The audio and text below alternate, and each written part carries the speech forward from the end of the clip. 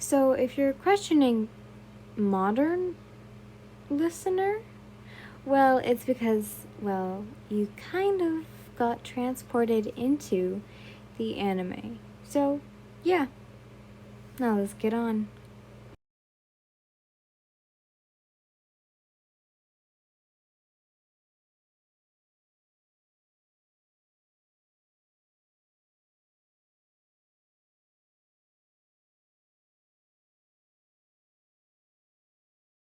Shit, my head feels like someone just pounded a hammer into it. I cursed out. My eyes opened slowly to find that I was no longer sitting on my bed, but instead a wooden floor. Letting out a sigh, I figured I had just been sleepwalking and ended up downstairs in the living room again. It wasn't an everyday thing that happened, but I've slept walked before, so wasn't too worried about it.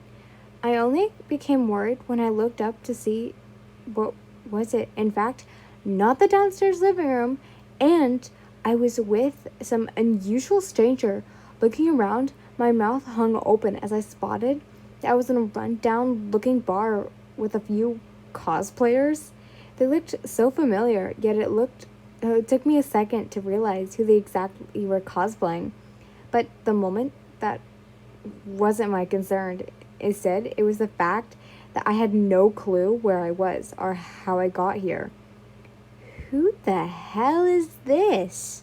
I heard a raspy voice call out, causing me to snap my head around to see two more people walking in. I assumed the one that spoke was the male figure, who looked to be cosplaying Dobby. I raised my eyebrow at him. I could be asking you the same question. Oh, a feisty one. I heard someone chime in, but I couldn't tell who it was.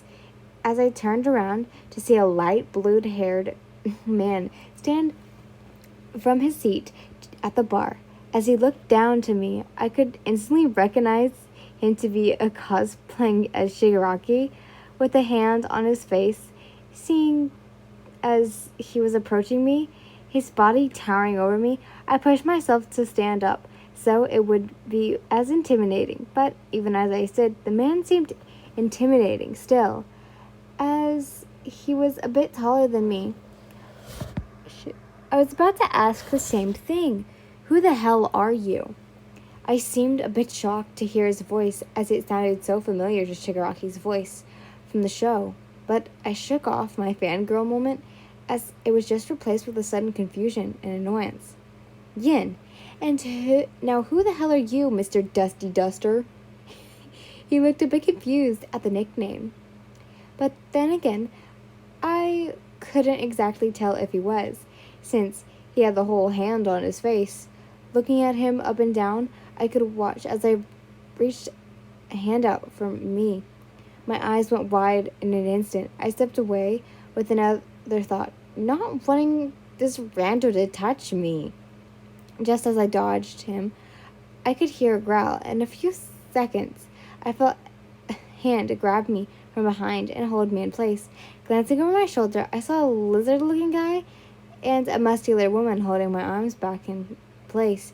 Glaring at them, I turned around just to see the light blue-haired man holding a hand out for my throat. Knowing I had no other option in this situation, I accepted it and felt as he held his hand at my throat, except, just like his character, he had all fingers except one touching. It felt as uncomfortable as it sounded and looks in the show as he leaned in a bit. The name's Tomoe Shigaraki, and rolling my eyes, I cut him off. Well, duh, you're him. Your cosplay gives that away. But goddamn, you're so into character that it's just weird, bro. Like, I get it if you and your friends want to cosplay the league, but y'all don't need to legit kidnap a teenage girl like me and hold her for ransom or some shit. Everyone in the room was silent, and I could almost just hear the confusion in them as they all stared at me weirdly. You think this is a cosplay? The Shigaraki asked in his raspy voice. I just nodded at him, not thinking twice of it, but That just seemed to anger him. Before he could go off on a tantrum, though, I snooped in to justify myself. Yeah, you guys are cosplaying the League of Villains for my hero.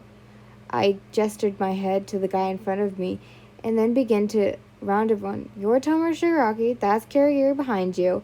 Over there is Dobby, Toga Himiko, twice, Mr. Compress, and the two behind me are Mag and Spinner. We're not cosplayers. I heard him growl out a bit, but I didn't care. I was one to push my limits, even if this isn't the best situation. I mean, what's the worst thing could do? Kill me? Nah, it happens. So I just glanced at him, tried to lean forward at him, his hand still tight on my throat. I smirked at him as he backed up a bit. Then prove it, I stated, and to which he backed up, glancing over to the bar counter. A few seconds passed before he accidentally grabbed something and held his whole hand touched it. In an instant, it turned to dust, which convinced me quite a bit.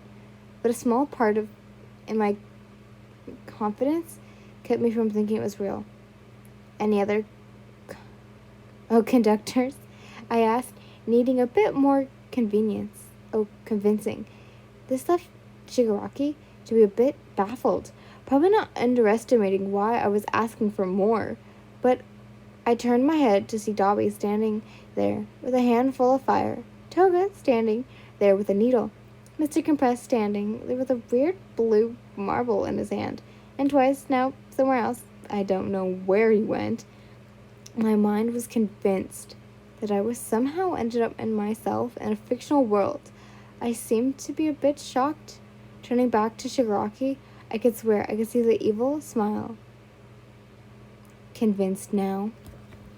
Time skip. It's been about 2 months or so since I somehow managed to join the league, and let me tell you, it's been hell. For the first week, I was either forced to stay with Tomura or be locked in his room, since of course they didn't have any other room I could stay in. It always pissed me off to be forced to stay with him, of all people. Like, I get he's the leader, but I'd be fine to stay with one of the girls here. Well, no, I'm not putting that because that's rude. As much as I liked Toga's character, she scared the soul out of me, as she seemed to be attracted to knives. So I'd rather stay with Mag, as she seemed to be pretty chill. As for the other members, they're great. Dobby is a bit of a dick to me, yet I think he likes having me around. It's kind of hard to say when he enjoys talking to me for one moment, and then the next he's teasing me. Kirigiri's pretty cool. He doesn't talk a whole lot to me, but when he does, he's pretty nice. He treats me almost like I've always been there, like I'm one of the others. Maybe it's all for one telling him to something, but I enjoy Kirigiri. Mr. Compress is a little weird, but nice. He likes to show me some magic tricks every now and then, which are really cool. Spinner now is an asshole to me, yet he tries to flirt with me sometimes. Most days I'll just be sitting there at the bar, talking to whoever, and the doomed bag just walks up flirting with me, but then I just reject him and he gets all pissy with me. Finally, twice. He's awesome. Despite having mixed opinions about me, he is nice to me and even sometimes likes to hang out with me. He enjoys hearing about my life in the real world, as I call it, and likes to hear about how he has quite a few fans here and there. I'm one of them. Now, not like simp boy, by the way. Like brother and sister kind of vibe. Now that I am... Oh god. Now, what am I to all of them? Like an info dealer? And though I've told them a few times I can't disclose much information about them or the future events, they still try to get it. I'm also kind of an enraged runner for them, since they're all wanted criminals and can't be seen in public. I'm their public person. After about a first month of getting them to trust me that I wouldn't run away or something, They deemed me to be the runner. I just usually get the food and groceries after their stolen money and give it to them. It wasn't much use, but everyone seemed to enjoy having me around. I was more of a background person who just stood by and chilled. I told them I didn't want to get into the villain business as I had no quirk or talent for fighting. They found that to be a responsible argument, and so from then I engaged in that, although they allowed me to ditch pitch in my ideas. Chomra had become quite fond of my ideas out of everyone here, and always seemed to ask for my pitch in, saying that I was the most sensible one to speak. It was nice. And I had become quite fond of Tomura, although many make him out to be the crazy villain with just despitely good motives. He turned out to be a decent, okay guy. Even if he had his crazy moments here and there, it would scare me, but he still was kind to me compared to the others. He treated me differently, which felt off, but it felt good. He wouldn't criticize me as much as he would with the others, nor would he yell at me much. He didn't usually flirt with me, unlike Dobby and Spinner, but would stick up when someone flirted with me. Tomura was still Tomura, though, and did push me aside every so often in order to go forward in his plans. He also would grow a bit annoyed with some of my comments, but would grow even more annoyed/angry when I explained to him that I knew his backstory. But despite all that, he seemed to accept me into his crew and keep me by his side. And that's why I've seemed to grow quite fond of him, which leads me to where I am now.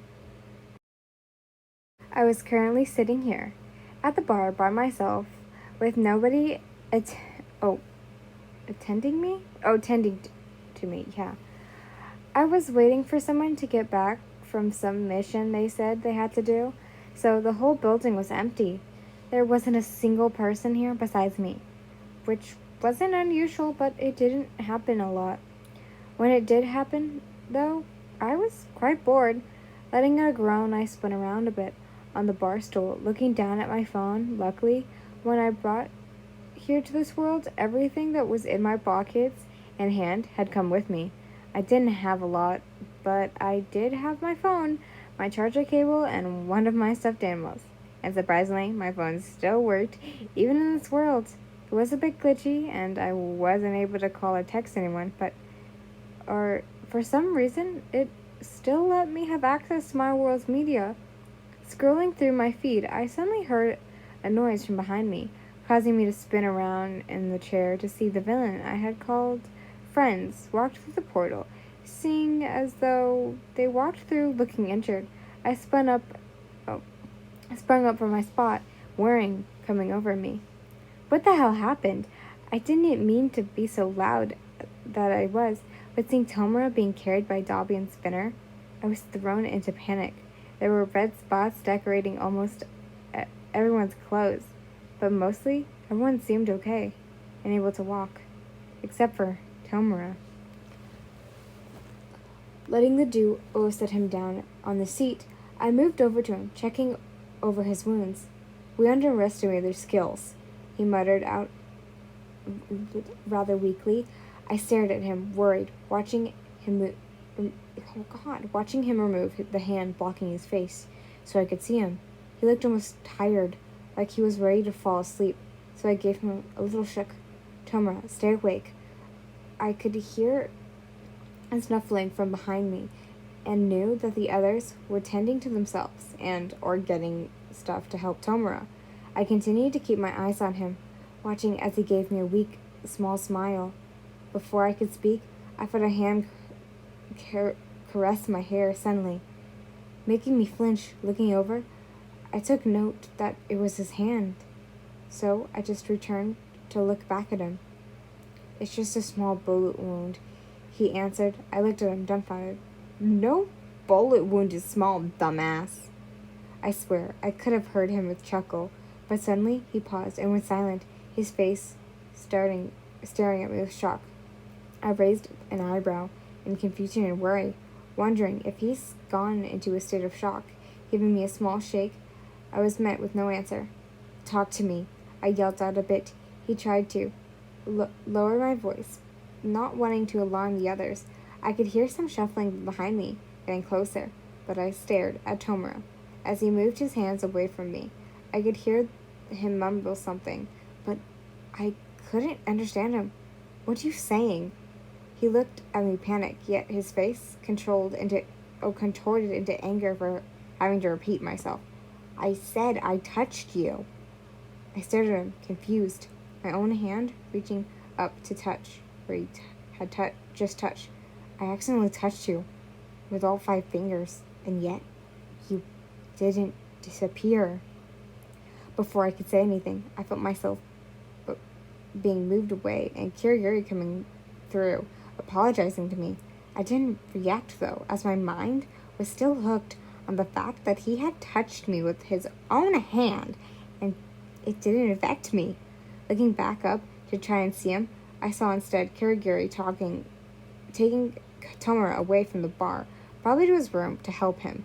I stood there in place, though, my head facing where they now disappeared off to, my mind swamped in thoughts. How is that possible? I whispered out to myself. Thinking out loud, shaking it off, I turned over to the bar, going to sit back down on the stool where Tomura just had been before, hearing a voice peek up from behind me. What's possible? I turned around to find Toga, who looked like she went through unharmed, talking to me. I looked at her, still in shock, before turning around. Shigaraki just accidentally touched me with all 5 fingers, but I didn't dust away like everyone else, I answered, hearing her go and sit up on the stool next to me. Maybe it's because you're not from here, she said, making me turn to look at her in confused. What do you mean? I asked, and she looked rather joyful to answer. Well, the other day when you worked up with a random cut on your upper arm? Yeah, why? I answered, kind of knowing where this was going. Yeah, so I must have gotten a little bored and curious one night and wanted to try your blood. It wasn't easy, though. I had to be super quiet, and she began to ramble a bit, but I cut her off. Get to the point, Toga. Oh, yeah. Well, when I went to try your blood, I was able to feel something from it, but it wouldn't let me transform into it. She consoled, and I was able to make a connection between her and Tomura, as she seemed to make sense. Looking at her with an intense confusion, I began to speak. So you're saying that maybe because my body isn't directly connected to your world, quirks like that don't affect me? She began to nod, which left me to think about it, before getting an idea. Well, let's test that theory. She looked ignorant as I turned around, seeing some of the others were finally back in the room, chilling around with different clothes on. Looking around, I spotted the magician that I thought of. Hey, Compress, I need to ask a favor.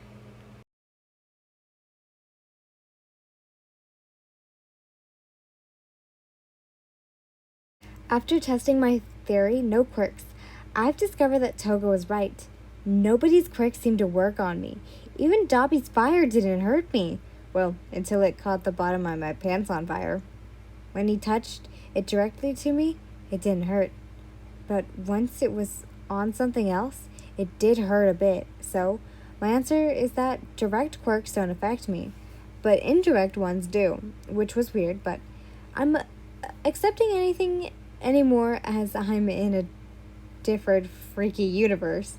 But that, besides the fact, all that matters now is that I was on my way to Tomura's room, ready to go sleep and check on him. Walking down the halls, it was quiet. The only sound was the rain pedaling on the roof of the place and the distant voices from the bar. My footsteps seemed to echo a bit as well as I made my way to his room. Giving a small knock, not hearing an answer or response, I opened to see it, Tomura laying there on his bed with bandages covering his arms. Frowning at the sight, I walked over and leaned down a bit to see the true damage that had been done. I couldn't tell a whole lot of where he had gotten hit besides his arms and on his shoulder, as a small sliver of bandage peeked out of his collar. I let out a sigh, my hand intently rubbing over the bandaged arm, making sure I was gentle with him. As I did so, I also leaned down and gave him a soft kiss on his forehead. Before turning around and walking over to my mattress on the floor, looking over to beside it, I bent down and searched through my bag of clothes that was set out. It was stolen clothes, of course, that Toga twice were sent out to get me some. So they were definitely mixed styles, but quite a few things seemed to fit me.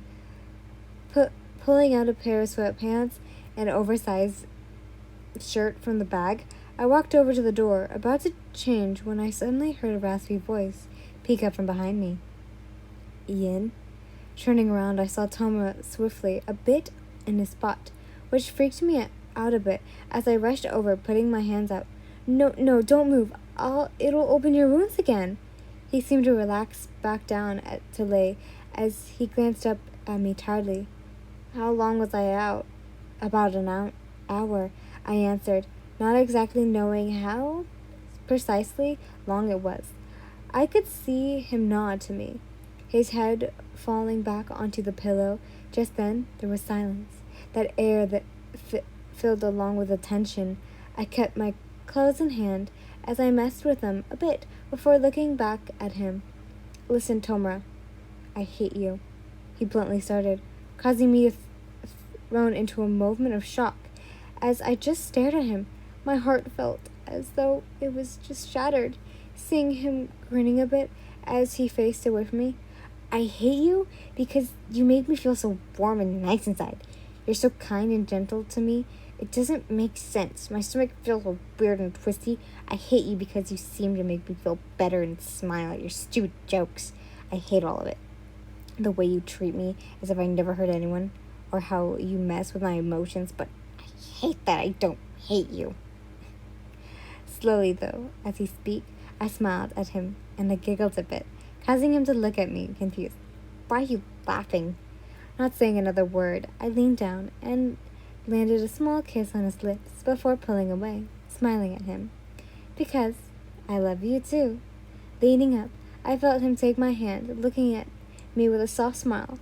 I'm also laughing because your whole squeal reminded me of a movie as well. Shaking his head at me, he looked down at me, at his hand, worried, and I could tell he was thinking about putting down his middle finger. I knew he didn't want to hurt me, but using my other hand, I reached over, and as I was about to press his finger down, I looked at him. You're not going to hurt me, I promise. He still hesitated, but closed his eyes as he let all fingers fall. As if he was waiting for something to happen, he soon opened his eyes slowly, only to see that I was still sitting there on the edge of the bed. Letting out a breath he was holding in, he looked up at me, rather happy before glancing back to his hand. Out of joy, he raised his hand up a bit, showing off that he was holding my hand completely. You're not dusting away. He sounded surprised yet happy as I nodded at him. Obviously, you can't get rid of me that easily, unlike Peter Piper, I joked. But looking at him, he seemed confused as I clarified. Another movie reference. Shaking it off a bit, I could see him move a bit as he reached out his other hand to settle on my cheek. After a few seconds of silence, he let out a relief sigh. I love you. I love you too, Dusty Duster. And you ruined it.